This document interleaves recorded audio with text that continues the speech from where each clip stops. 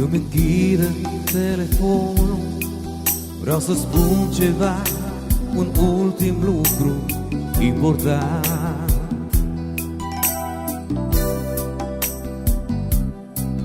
Mai ascultă-mă o clipă, înțeleg că totul între noi s-a terminat.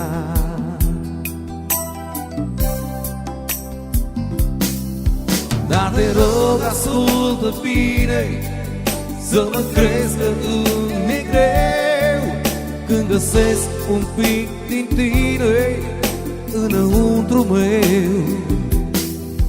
Mi-e din ce în ce mai teamă că într-o zi te voi uita, și atunci noi ce rost am mai avut, m-aș întreba.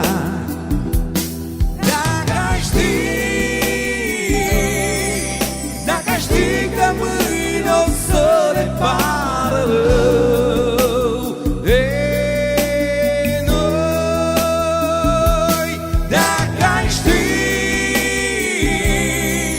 că vor trece zile goale printre noi, noi doi.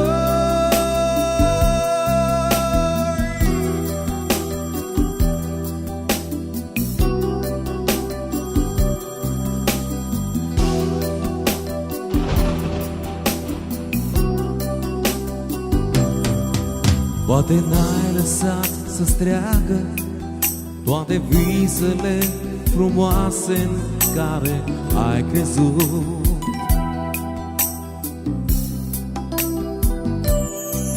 Poate timpul care șterge îți va da acel nimic pe care tu l-ai vrut.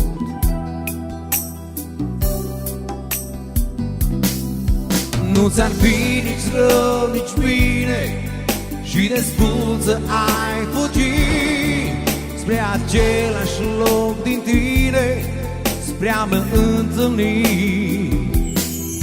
Și mi spune, uite ploaia, mâna mea te-ar căuta, să te apere de tine în absența mea.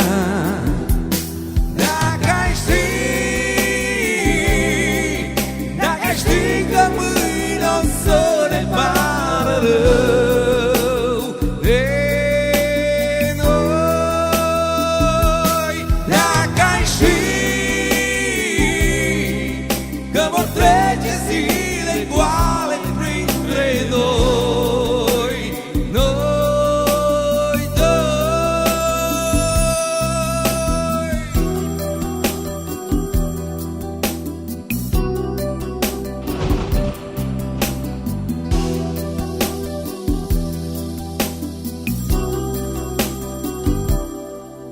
Nu închide telefonul, vreau să spun ceva, un ultim lucru important.